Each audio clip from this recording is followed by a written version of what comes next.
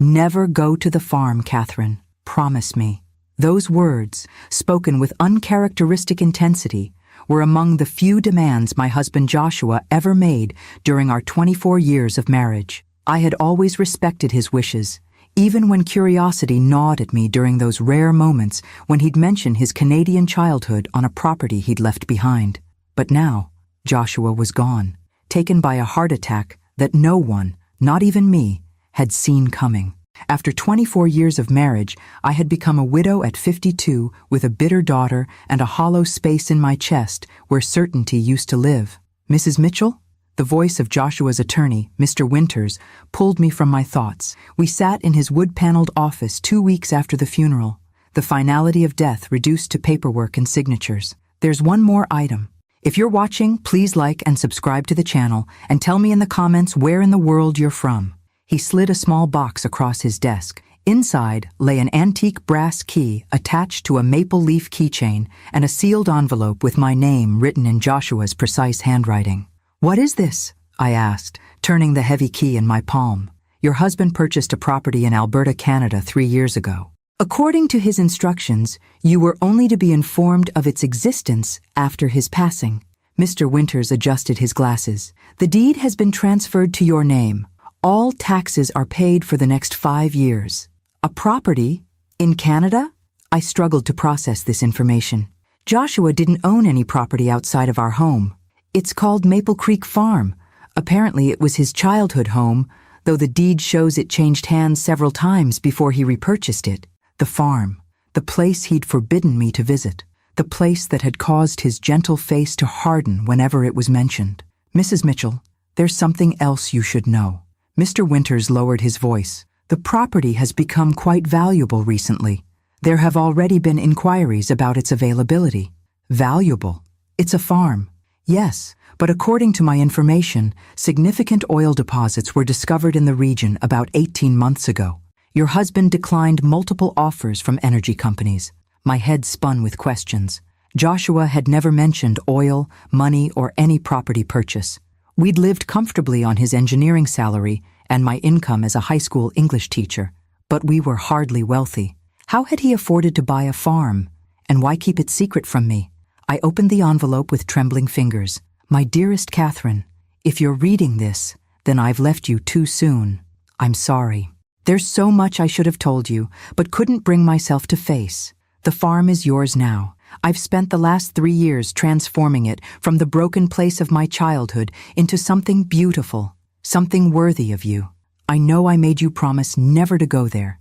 I'm releasing you from that promise. In fact, I'm asking you to go, just once, before you decide what to do with it. On the main house's desk is a laptop.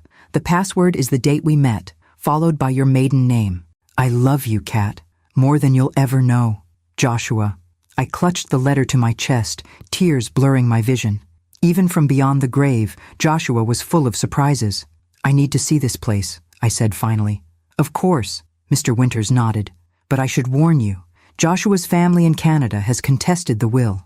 His brothers claim he was not mentally competent when he repurchased the family property. That's ridiculous. Joshua was the most rational person I've ever known. Nevertheless, they've filed legal objections. Given the property's newfound value, it might get complicated." I tucked the key into my pocket, a strange determination settling over me. "I'm going to Canada, Mr. Winters. Today." 48 hours later, after hastily booked flights and a long drive through the Alberta countryside, I found myself standing before imposing wooden gates marked Maple Creek Farm in wrought iron. Beyond stretched a property far larger and more impressive than I had imagined. Rolling hills, stands of maple trees turning gold with autumn, and in the distance, a large farmhouse and several outbuildings, all freshly painted. This was no broken-down family farm. This was an estate. The key turned smoothly in the gate's lock. As I drove up the winding gravel driveway, my heart pounded with anticipation and apprehension. What secrets had Joshua kept here? What part of himself had he hidden from me for all these years? The farmhouse was a stunning 2-story structure with a wide porch and large windows. Nothing about it suggested the pain Joshua had always associated with his childhood home. This place had been loved, restored, reimagined. My hands shook as I inserted the key into the front door. The lock clicked, the door swung open, and I stepped across the threshold into my husband's secret world. What I saw inside made me gasp, my knees weakening as I gripped the doorframe for support. The entryway opened into a soaring great room with exposed beams and a stone fireplace. But it wasn't the architecture that stole my breath.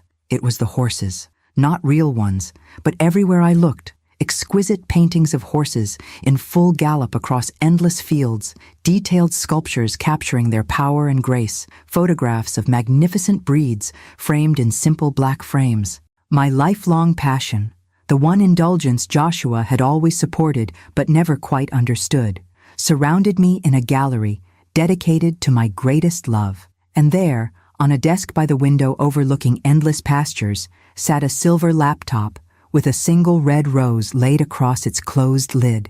Before I could take another step, the crunch of tires on gravel announced another arrival. Through the front window, I watched a black SUV pull up behind my rental car. 3 men emerged, all bearing the unmistakable Mitchell features that Joshua had carried. Tall frames, dark hair, strong jawlines. The Mitchell brothers had arrived, and from their grim expressions, they hadn't come to welcome the widow to Canada. The men approached the house with the confident stride of people who believed they belonged there. I quickly closed and locked the front door, my heart racing. Through the side window, I watched them pause on the porch, conferring among themselves before the oldest, a silver-haired version of Joshua with harder eyes, rapped sharply on the door. "Mrs. Mitchell, we know you're in there. We should talk." His voice carried the same Canadian accent that had softened Joshua's speech when he was tired or upset. I remained silent, backing away from the door. Joshua's warning about his family had always been vague but emphatic. Now, faced with their unexpected arrival, instinct told me to be cautious. The knocking came again, more insistent. "Catherine, I'm Robert Mitchell, Joshua's older brother. These are our brothers, Alan and David. We're here about the farm." Of course they were. They weren't here about Joshua or to meet the wife their brother had loved for 24 years. They were here about the suddenly valuable property. I glanced at the laptop on the desk. Whatever answers I needed might be there, not with the strangers on the porch. Ignoring the increasingly aggressive knocking, I moved to the desk, opened the computer, and entered the password, Zo5151998 Mitchell. The screen came to life immediately, opening to a folder labeled "For Catherine." Inside were hundreds of video files, each named with a date, starting from 2 weeks ago, the day after his funeral, and extending a full year into the future. With trembling fingers, I clicked the first one. Joshua's face filled the screen. Not the thin, pale version from his final months, but healthy, vibrant, clearly recorded some time ago. He smiled directly into the camera, that crooked grin that had always made my heart skip. "Hello, Kat. If you're watching this, then I'm gone, and you've come to the farm despite my years of making you promise not to." He chuckled softly.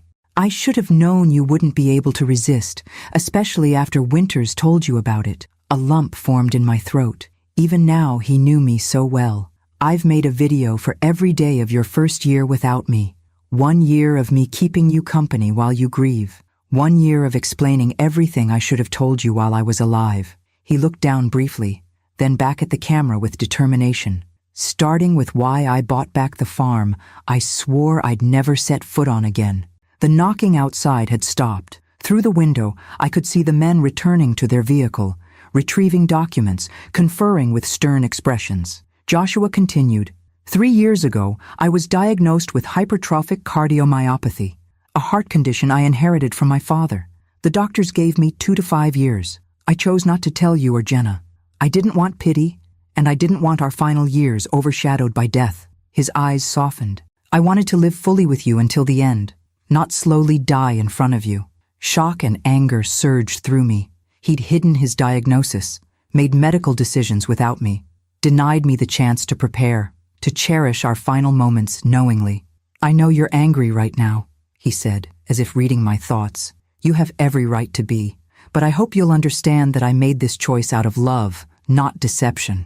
The men outside were making phone calls now, pacing the gravel drive with the frustrated energy of thwarted entitlement. When I got my diagnosis, I decided to use whatever time I had left to create something meaningful for you.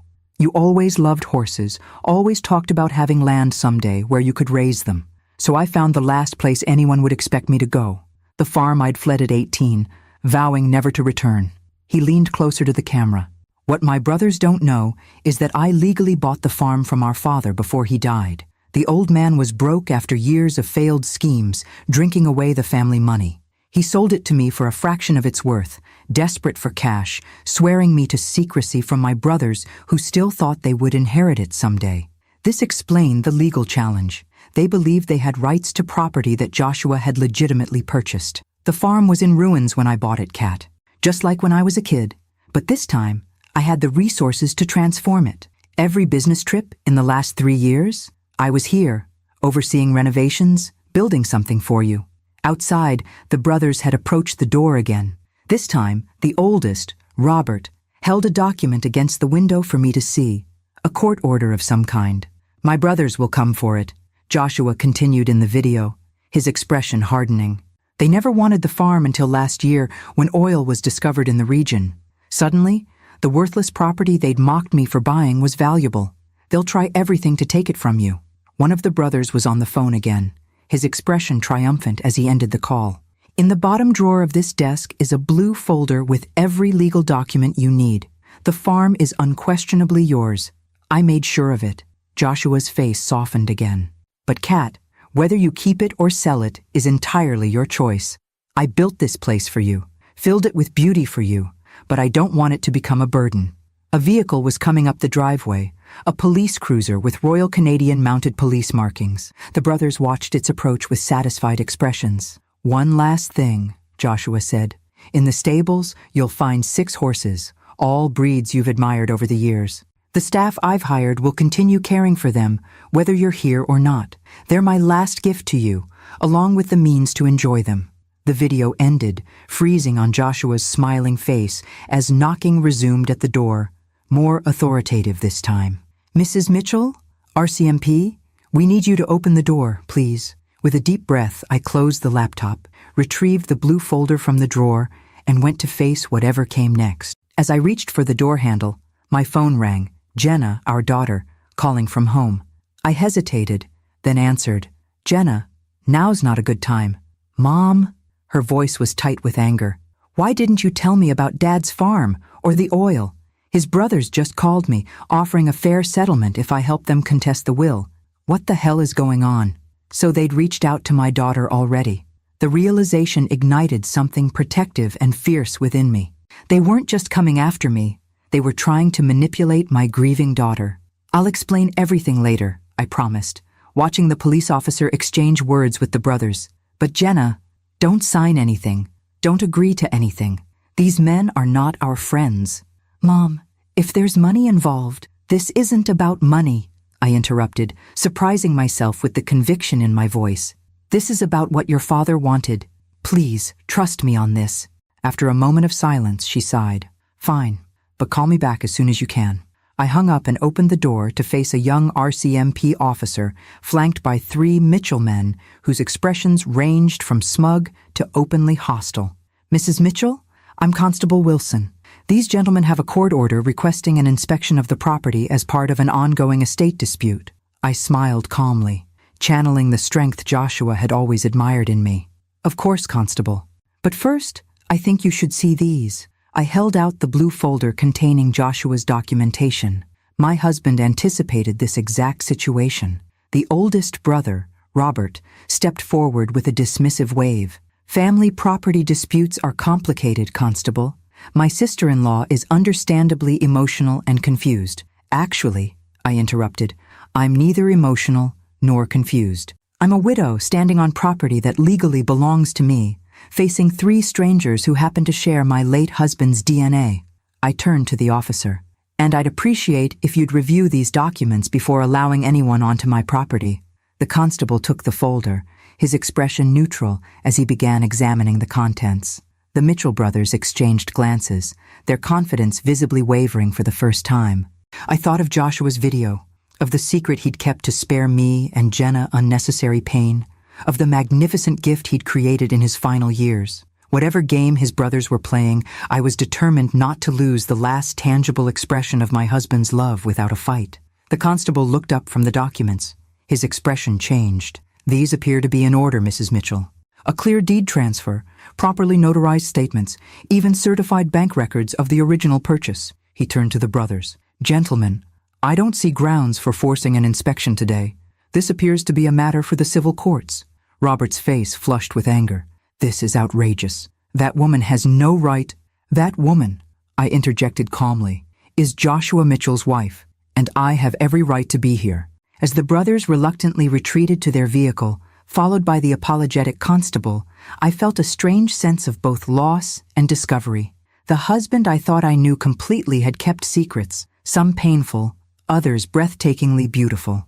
Now I faced a choice: retreat to the safety of my familiar life, or step fully into this unexpected legacy and the battle that came with it. I closed the door, walked back to the desk, and opened the laptop again. Tomorrow's video awaited, and with it, more pieces of the man I had loved and was only now beginning to fully understand. Outside, the Mitchell brothers might have lost this skirmish, but their expressions as they drove away made one thing abundantly clear. The war for Maple Creek Farm had only just begun. I spent that night in our farmhouse, surrounded by the evidence of his secret labor of love. Sleep eluded me, my mind churning with revelations.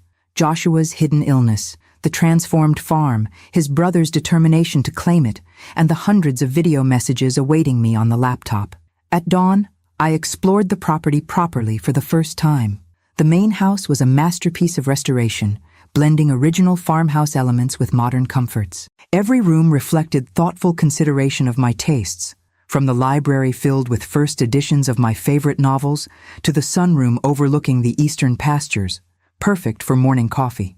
But it was the stables that truly took my breath away. As promised in Joshua's video, 6 magnificent horses occupied the spotless stalls: an Andalusian, a Frisian, 2 quarter horses, a thoroughbred, and a gentle Appaloosa that nickered softly when I approached. "Good morning, ma'am."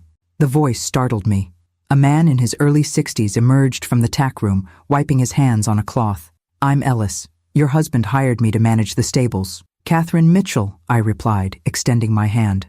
"Though I suspect you already knew that." He nodded, a gentle smile crinkling the corners of his eyes. "Mr. Mitchell spoke of you often during his visits, said you had a natural way with horses that he never managed to acquire. You knew my husband well?"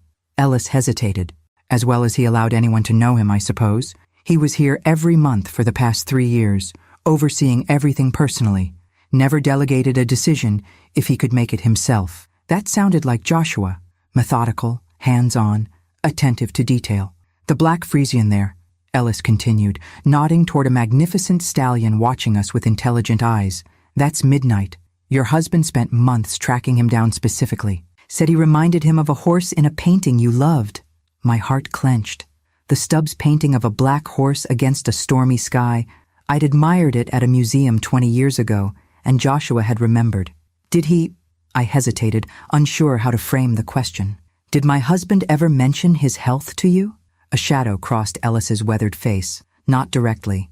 But these last 6 months, he pushed harder, worked longer hours, added more features to the property. Like a man racing against a clock only he could see."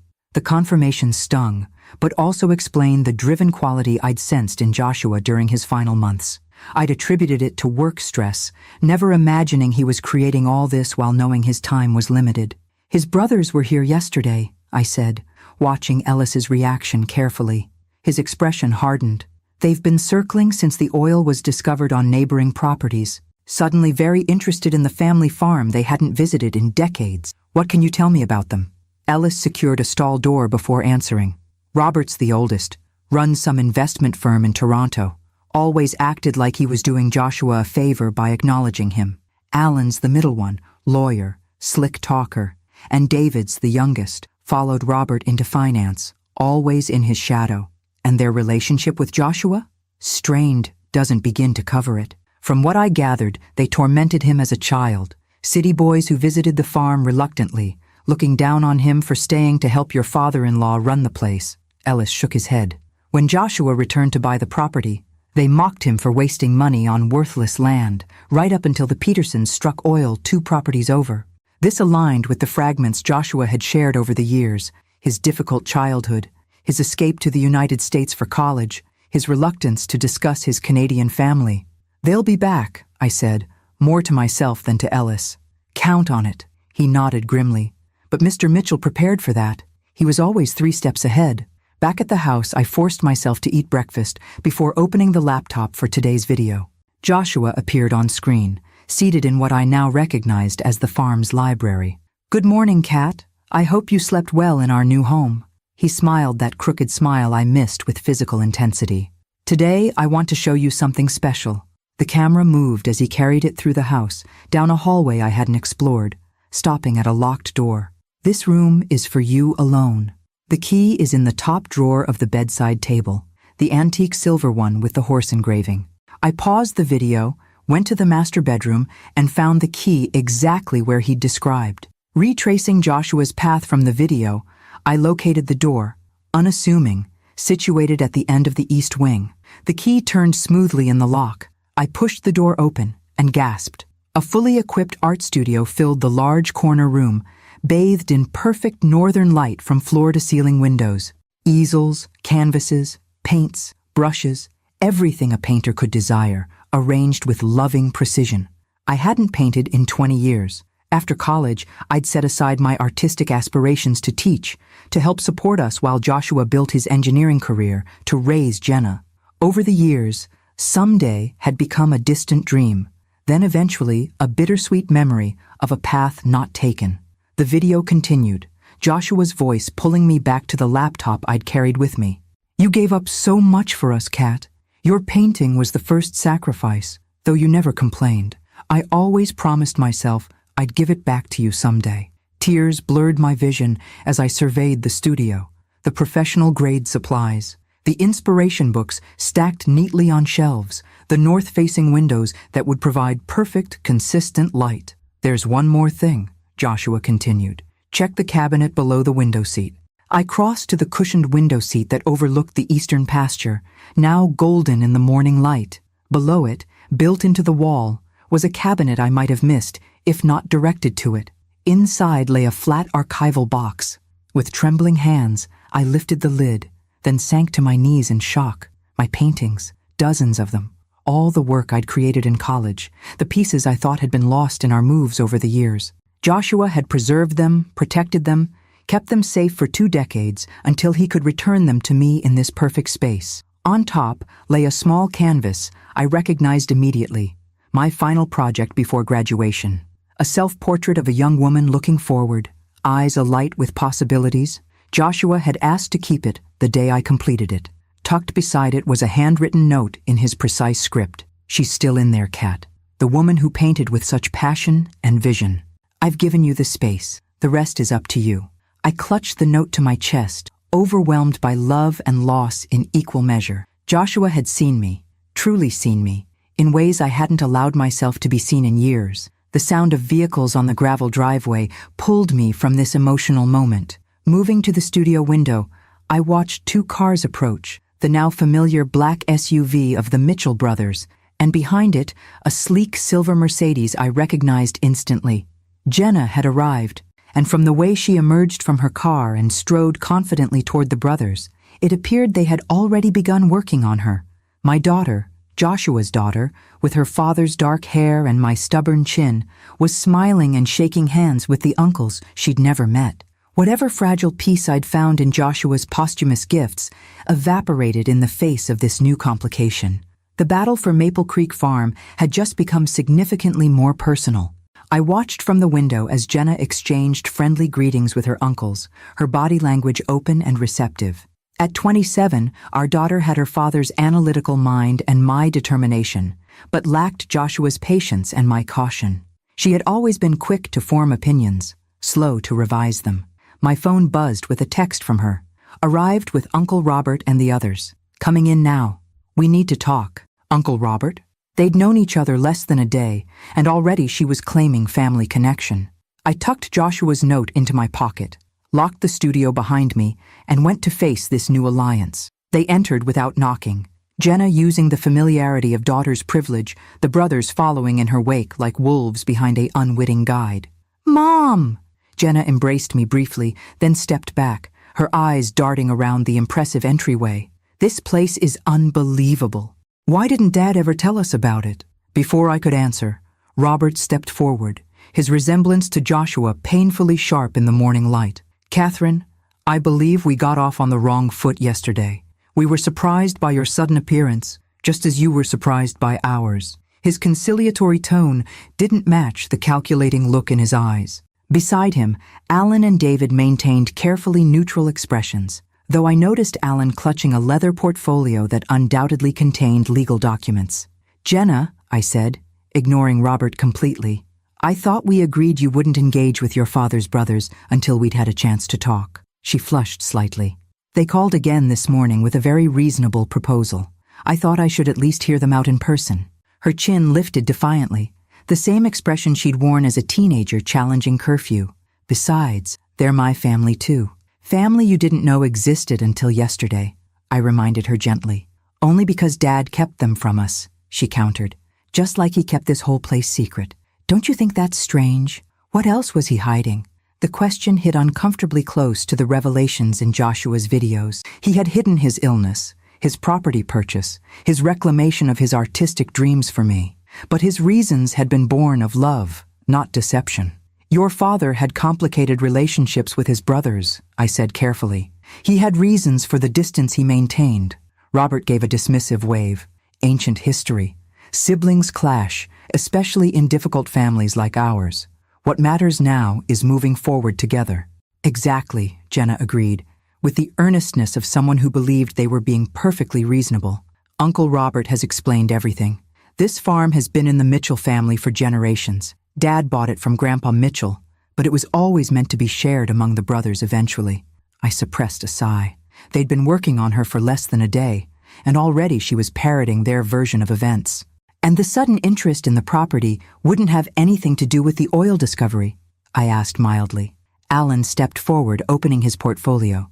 "The mineral rights situation is just one aspect of the complex legal picture. We've prepared a fair settlement offer that honors Joshua's wishes while acknowledging the Mitchell family's historic claim to the property. We're prepared to be very generous," Robert added, placing a grandfatherly hand on Jenna's shoulder. "A 1/3 share to you, Catherine, 1/3 to Jenna, and 1/3 split among us brothers. Everyone wins." Jenna looked at me expectantly, clearly already sold on the proposal. "It makes sense, Mom.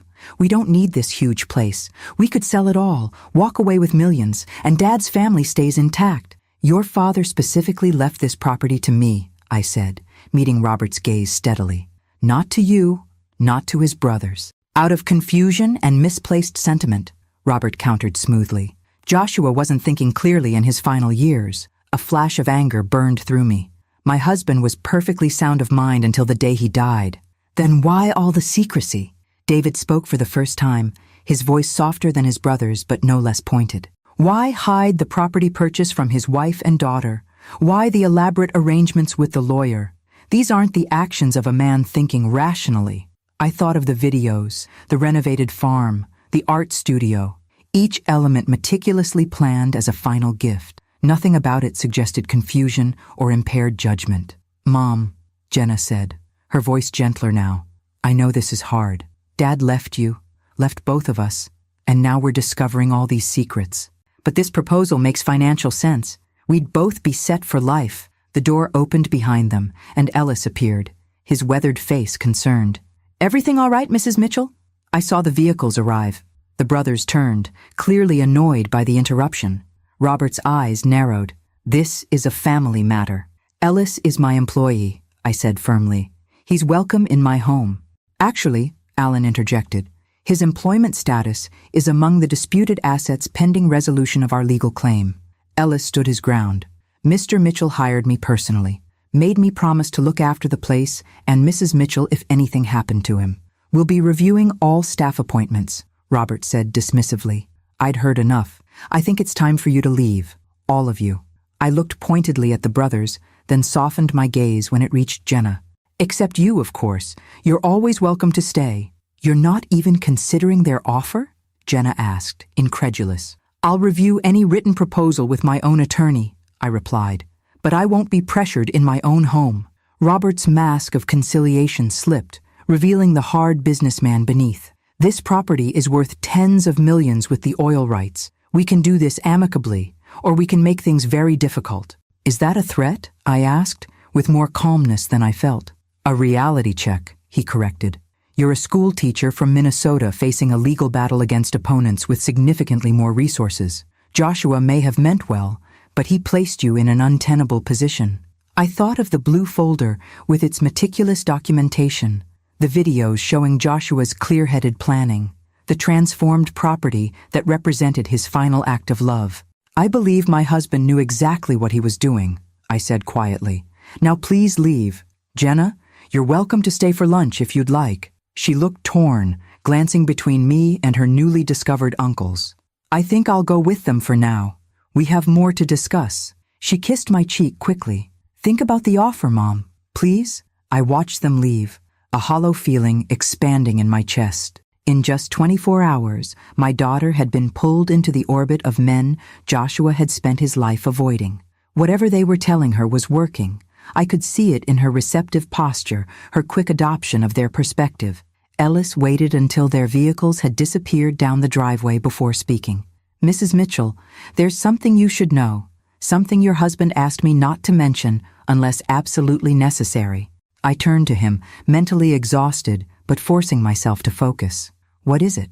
It's about the true extent of the property and what's really hidden here. He gestured toward the stables. We should walk. Some things shouldn't be discussed indoors, where walls might have ears. As I followed him across the yard, the morning sun illuminated the beautiful farm my husband had created in secret. Whatever revelation awaited me, I was certain of one thing. Joshua had anticipated this battle, perhaps even Jenna's vulnerability to his brother's manipulation. The question was whether he had prepared me enough to win a fight I never knew was coming. Ellis led me past the main stables toward a weathered barn I hadn't explored yet. Unlike the pristine, renovated structures on the rest of the property, this building retained its original rustic character, deliberately unimproved to appear unimportant. Your husband was a careful man, Ellis said, producing an old iron key. After his brother's first visit last year, he became even more cautious. They visited before?